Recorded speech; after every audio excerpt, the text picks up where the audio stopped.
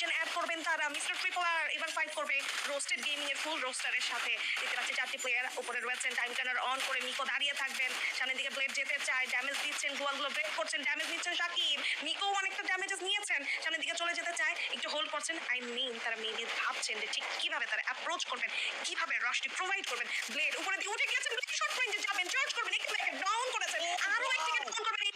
শাকিব সেজান বেরিয়ে যাবেন প্রাণ নিয়ে এই জায়গাটিতে। ব্লেড তাদেরকে এখনো চেস করে যাচ্ছেন, ব্লেড চেস করবেন, ব্লেড ড্যামেজ দিবেন, ব্লেড এলিমিনেশন অ্যাড করবেন। দূর থেকে দেখতে পাচ্ছি উইনচেস্টারের ব্যবহার হচ্ছে, কখনো M590 13 এলিমিনেশন, পুত্রসের 10টি, তারা থামছেন না। শাকিবকে ডাউন করবেন ব্লেড। বলছিলাম যে চেস করতেই থাকবে। Monster team secure by Blade. Blade Flame রয়েছেন এই জায়গাটিতে, সেজান নক করবেন। এই জায়গাটিতে ফ্লেমকে সেজানকে টার্গেট করা হচ্ছে, ব্রিলিয়ান্ট ড্যাশ ইউজ করবেন, খুব ভালোভাবে ডজ করেছেন সেজানের সেই ড্যামেজগুলো।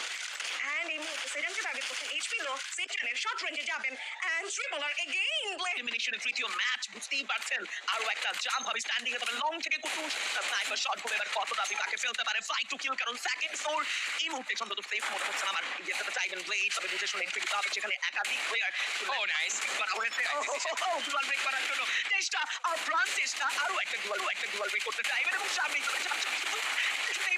কাম on Blade, come on Blade, double knock.